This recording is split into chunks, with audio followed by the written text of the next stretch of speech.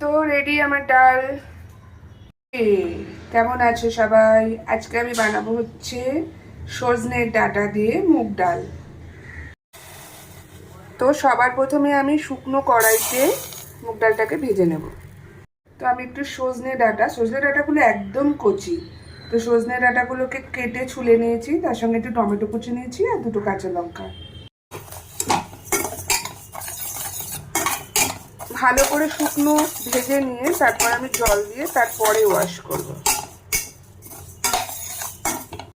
তো ডাল আমার ভেজে রেডি হয়ে গেছে। তো আমি ধুয়ে পরিষ্কার করে নিয়েছি, এবার দিয়ে দেবো জল। এবার এটা সেদ্ধ বসিয়ে দেব।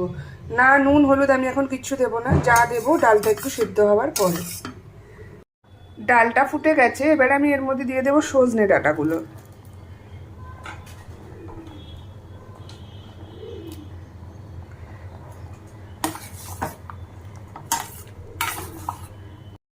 তো কড়াইতে দেবো 1 চামচ ঘি ফোড়নের জন্যে, জিরা, শুকনো লঙ্কা, তেজপাতা, টমেটো,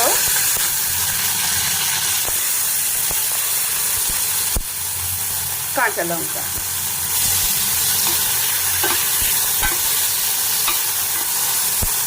একটু আদা,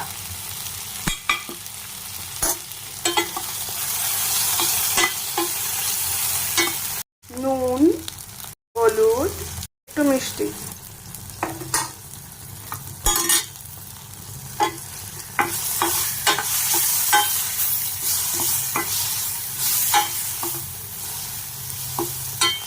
লঙ্কার গুঁড়ো।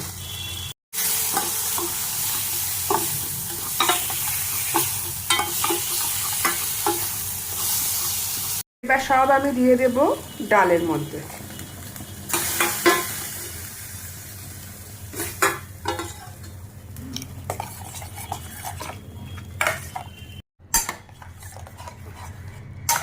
এবার ভালো করে মিলিয়ে দেব। তো রেডি হয়ে গেছে আমার সজনে ডাঁটা দিয়ে মুগ ডাল। সব শেষে দেবো একটু ধনেপাতা। আপনারা ডালটাকে এইভাবে ঠিক কারি পাতা সর্ষে ফোড়ন দিয়েও এইভাবে বানাতে পারেন।